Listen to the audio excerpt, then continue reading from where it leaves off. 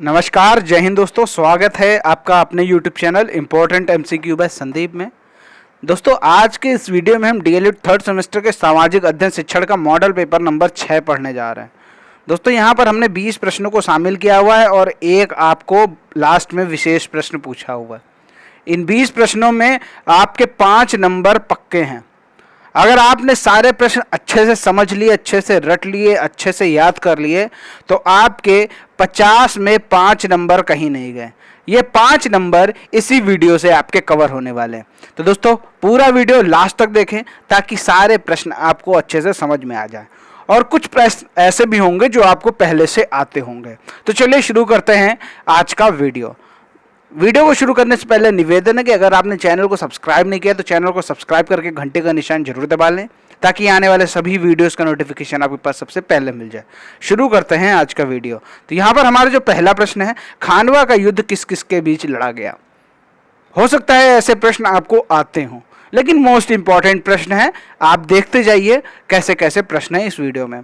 तो खानवा का युद्ध लड़ा गया था राणा सांगा और बाबर के बीच, जिसमें बाबर की विजय हुई। और खानवा का युद्ध लड़ा कब गया? 17 मार्च 1527 में। दोनों चीजें आपको याद होना जरूरी है, किसके बीच लड़ा गया और कब लड़ा गया। दोनों पॉइंट इंपॉर्टेंट है, इसीलिए कह रहे हैं सब कुछ ध्यान से सुनते चलिए। अगला जो प्रश्न है, मुगल वंश के संस्थापक कौन है? बहुत इंपॉर्टेंट क्वेश्चन है और बहुत ज्यादा सरल क्वेश्चन है, 1 नंबर में आने की संभावना है। बाबर इसके संस्थापक है मुगल वंश के। घाघरा का युद्ध किस किस के बीच लड़ा गया? यह भी इंपॉर्टेंट है। घाघरा का युद्ध अफगान और बाबर के बीच लड़ा गया 6 मई 1529 में, और इस युद्ध में भी बाबर की विजय हुई। ठीक है, चलिए आगे देखते हैं। अगला जो प्रश्न है, चौथ क्या है? चौथ शिवाजी द्वारा लगाया जाने वाला एक कर है। कर यानी टैक्स है। शिवाजी एक टैक्स वसूलते थे जिसे कहते थे चौथ। किसी एक क्षेत्र को बर्बाद ना करने के बदले दी जाने वाली रकम को चौथ कहा जाता था। ऐसा टैक्स था ये कि शिवाजी दूसरे राज्यों में कहते थे कि अगर तुमको अपना राज्य बचाना है तो हमें चौथ देना पड़ेगा। अगर जो मान लेता था वो चौथ देता था शिवाजी को, और जो नहीं मानता था उस पर शिवाजी अटैक करके उसे छीन लेते थे, उसे बर्बाद कर देते थे। तो ये था शिवाजी द्वारा लगाए जाने वाला टैक्स। अगला प्रश्न है, भारत में अंग्रेजों के आगमन के समय इंग्लैंड का शासक कौन था?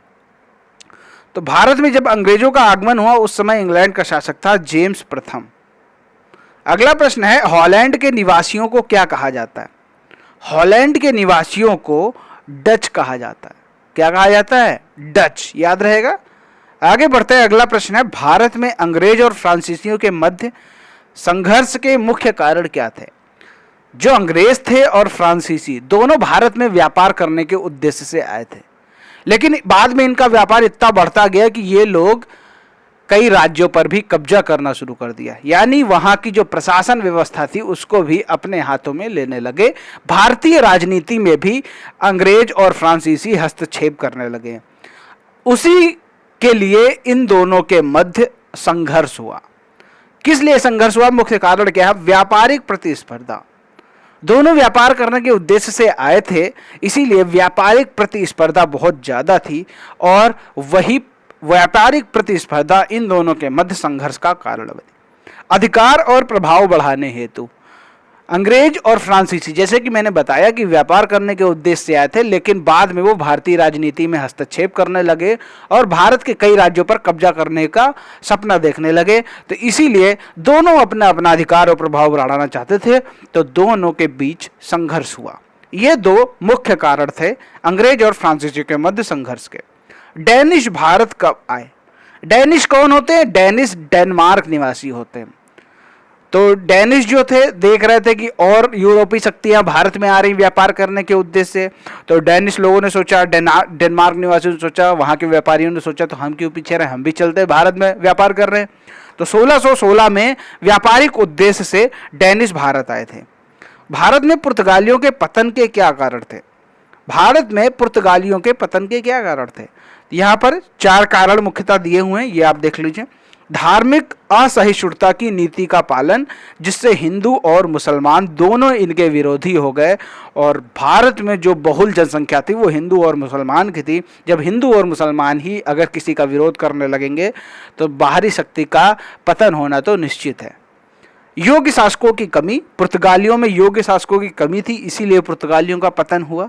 शासन व्यवस्था दोष युक्त थी, उनकी जो शासन व्यवस्था थी, जो उनके कर्मचारी थे, अधिकारी थे, रिश्वतखोर थे, इसलिए उनकी जो शासन व्यवस्था थी बहुत ही दोष युक्त थी, इसीलिए पुर्तगालियों का पतन हुआ। धन, जन और सेना का सीमित मात्रा में होना। आपने देखा है कि भारत में कई यूरोपीय शक्ति व्यापार करने के उद्देश्य से भारत आई।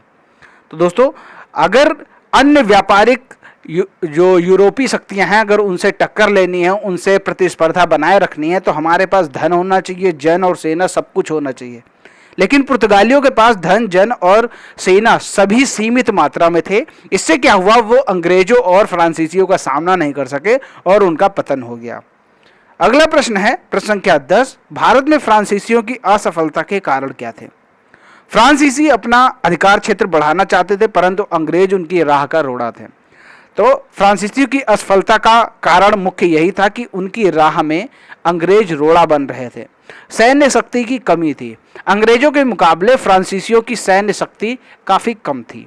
अयोग्य शासक, फ्रांसीसियों में योग्य शासकों की बहुत ही कम संख्या थी। जैसा कि आप जानते हैं, जो बहुत अच्छा शासक था फ्रांसीसी में, फ्रांसिस डुप्ले, जोसेफ डुप्ले थे एक, वो अच्छे शासक थे, लेकिन बाकी कोई विशेषता नहीं रखते थे जितने भी शासक हैं। आगे बढ़ते हैं, अगला जो प्रश्न है, और इसमें एक और पॉइंट है, धन की कमी। फ्रांसीसियों के पास अंग्रेजों की अपेक्षा धन की कमी भी थी।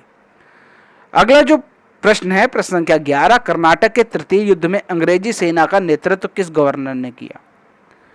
तो कर्नाटक के तृतीय युद्ध में अंग्रेजी सेना का जो नेतृत्व है वो अंग्रेज सेनापति आयरकूट, इन्होंने किया था।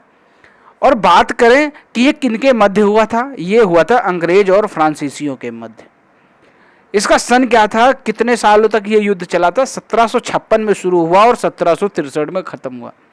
इसी कर्नाटक के तृतीय विश्व युद्ध के दौरान 1760 में वंडीवास का युद्ध हुआ था। ठीक है, वंडीवास का युद्ध हुआ था। आगे बढ़ते हैं, अगला प्रश्न लेते हैं, प्लासी का युद्ध कब हुआ? इसके बारे में पूरा एक विस्तृत वीडियो बना चुका हूं। प्लासी का युद्ध और बक्सर का युद्ध और इलाहाबाद की संधि, इन तीनों के बारे में विशेष रूप से एक अलग वीडियो बनाया जा चुका है। अगर आपने वो वीडियो नहीं देखा है तो प्लेलिस्ट में जाकर वो वीडियो देख सकते हैं, या फिर नीचे डिस्क्रिप्शन में लिंक दे दूंगा, आप वहां से भी देख सकते हैं। तो प्लासी का युद्ध कब हुआ था? 23 जून 1757 में हुआ था। अंग्रेजी सेना का जो नेतृत्व किया था अंग्रेजी सेनापति रॉबर्ट क्लाइव ने, और बंगाल के नवाब सिराजुद्दौला के मध्य हुआ था ये प्लासी का युद्ध। अगला प्रश्न है, बक्सर के युद्ध के परिणाम कौन सी संधि हुई? बक्सर का युद्ध मैंने अभी पिछले वीडियो में बताया था, 1764 में हुआ था। बक्सर का युद्ध 1764 में हुआ, और इसी बक्सर युद्ध के परिणाम में 1765 में इलाहाबाद की संधि हुई थी। अगला जो प्रश्न है, भूमि व्यवस्था संबंधी स्थायी बंदोबस्त की योजना किसने और कब लागू की? तो स्थायी बंदोबस्त की योजना कॉर्नवालिस ने 1793 में लागू की। इस व्यवस्था के अंतर्गत कॉर्नवालिस ने भूमि का स्वामित्व स्थायी रूप से जमींदारों को दे दिया तथा लगान की दर सदैव के लिए निश्चित कर दी। स्थायी बंदोबस्त प्रणाली लागू होने के बाद क्या हुआ, जो उसकी भूमि का अधिकार था वो जमींदारों को दे दिया गया, और लगान की एक दर निश्चित कर दी गई कि अब तुम्हें हर माह, हर छमाही या हर वर्ष आपको इतना लगान देना है। अगला जो प्रश्न है, लॉर्ड डलहौजी ने साम्राज्य विस्तार की राज्य हड़प नीति के माध्यम से सर्वप्रथम किस राज्य को अंग्रेजी राज्य में मिलाया?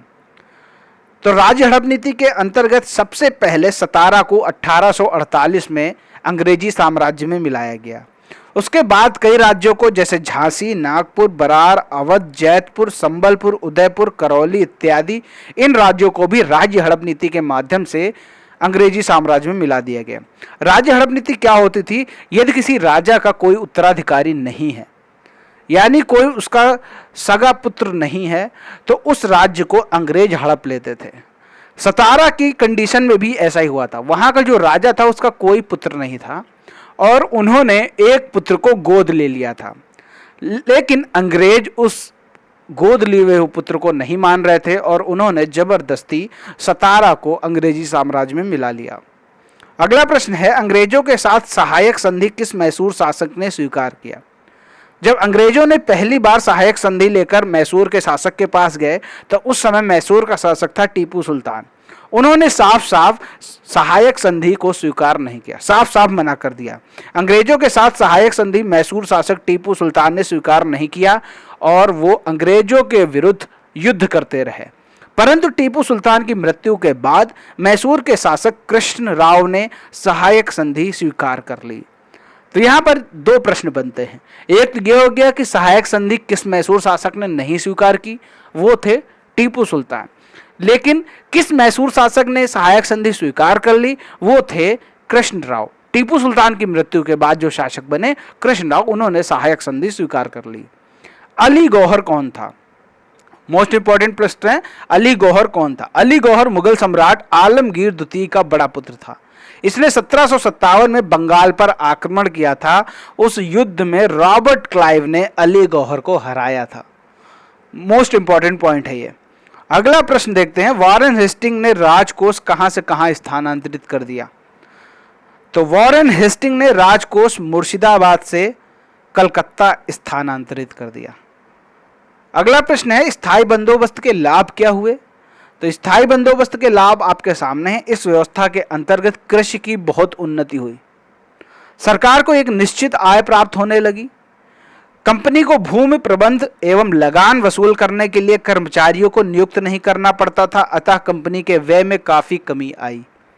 पहले लगान वसूलने के लिए, भूमि का प्रबंध करने के लिए कर्मचारी नियुक्त थे, उनको सैलरी देनी पड़ती थी। लेकिन जब से ये व्यवस्था लागू हुई उसके बाद से उन कर्मचारियों को नियुक्त नहीं करना पड़ा और उनकी सैलरी बचने लगी। इससे कंपनी के व्यय में काफ़ी कमी आई। इस व्यवस्था से बंगाल भारत का सर्वाधिक समृद्ध प्रांत बन गया। तो ये आप जान लीजिए, जो स्थायी बंदोबस्त था उसके अंतर्गत जब ये व्यवस्था लागू हुई तो भारत का सर्वाधिक समृद्ध प्रांत बन गया बंगाल। इस व्यवस्था से किसानों को बहुत अधिक प्रोत्साहन मिला। इस व्यवस्था से व्यापार में भी उन्नति हुई। तो ये इसके मुख्यतः 6 इसके लाभ हैं। स्थायी बंदोबस्त प्रणाली के 6 मुख्यतः लाभ हैं। बढ़ते हैं अगले प्रश्न की तरफ। अगला प्रश्न है, विलियम बेंटिंक ने शिक्षा के क्षेत्र में क्या सुधार किए? तो लॉर्ड विलियम बेंटिंक ने अंग्रेजी का प्रचार प्रसार किया। 1835 में लॉर्ड विलियम बेंटिंक ने घोषणा की कि शिक्षा का माध्यम अंग्रेजी भाषा ही होगा। ये इनका दूसरा सुधार था शिक्षा के क्षेत्र में। और तीसरा जो इनका सुधार था, उन्होंने लॉर्ड विलियम बेंटिक ने 1835 में कोलकाता में एक मेडिकल कॉलेज की स्थापना की। तो ये 3 पॉइंट विलियम बेंटिक में शिक्षा के सुधार के प्रति मुख्य हैं। तो उम्मीद करता हूँ ये 20 प्रश्न मोस्ट इंपॉर्टेंट हैं और इन 20 प्रश्नों में ये मान के चलिए कि आपके 50 में 5 नंबर के क्वेश्चन इन्हीं 20 प्रश्नों में से आने ही आने हैं, हर हाल में, ये समझ लीजिए।